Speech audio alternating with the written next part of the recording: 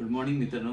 आज संडे आहे. संडे म्हणजे आरामाचा दिवस. एकदम आरामात उठायचं आणि संडेची पहिली सुरुवात होते सकाळची म्हणजे एक देवाचं नामस्मरणाने आणि दुसरी म्हणजे भक्कड कडक चहाने.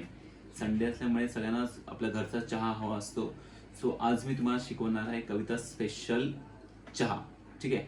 सो आपल्याला एक स्टीलचा टोप घ्यायचा आहे आणि स्टीलच्या टोप मध्ये तुमच्या क्वांटिटी प्रमाणे तुम्हाला पाणी घ्यायचं आहे आणि त्याच्यामध्ये मी ऑलरेडी आलं किसून टाकलेलं आहे. आलं हे पहिलं म्हणजे चहाला कड आल्याच्या नंतर, पाण्याला कड आल्याच्या नंतर त्याच्यामध्ये तुम्हाला आलं हे मिक्स करायचं आहे आणि त्याच्यानंतर त्याच्यामध्ये तुम्हाला तुमच्या प्रमाणे, आम्ही तर 5 चमचे साखर घेतो. मी आता याच्यामध्ये 5 चमचे साखर हे ऍड करत आहे.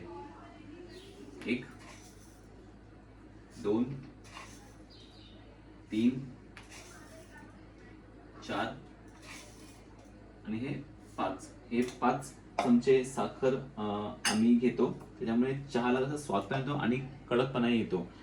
आणि त्याच्यानंतर थोडंसं चहाला पाण्याला उबाळ आल्याच्या नंतर त्याच्यामध्ये तुम्हाला 1 चमचा हा चहा पावडर टाकायचे. ठीक आहे. सो तुम्हाला गॅसची आच ही नॉर्मल ठेवायची आहे, जास्त फास्ट नाही करायचे. ठीक आहे.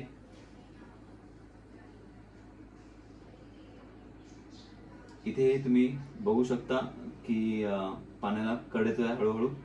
ठीक आहे. सो मी त्याच्यामध्ये आता 2 मिनिटांमध्ये हा चहा पावडर मसाला ही चहा पावडर ऍड करणार आहे. ही मी ऍड केली, फक्त 1 चमचा. ठीक आहे.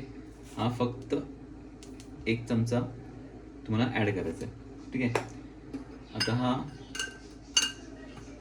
पावडर ही पाण्यामध्ये वेल मिक्स होते. ठीक आहे.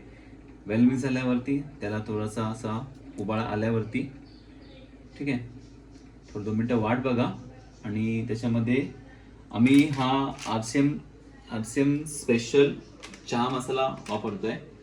सो तुम्ही पण कोणताही चहा मसाला वापरू शकता. ठीक आहे. हा तो चहा मसाला आहे. त्यामुळे छोटा टेबल स्पून हा तुम्हाला चहा मसाला ऍड करायचा आहे. मी हा ऍड केला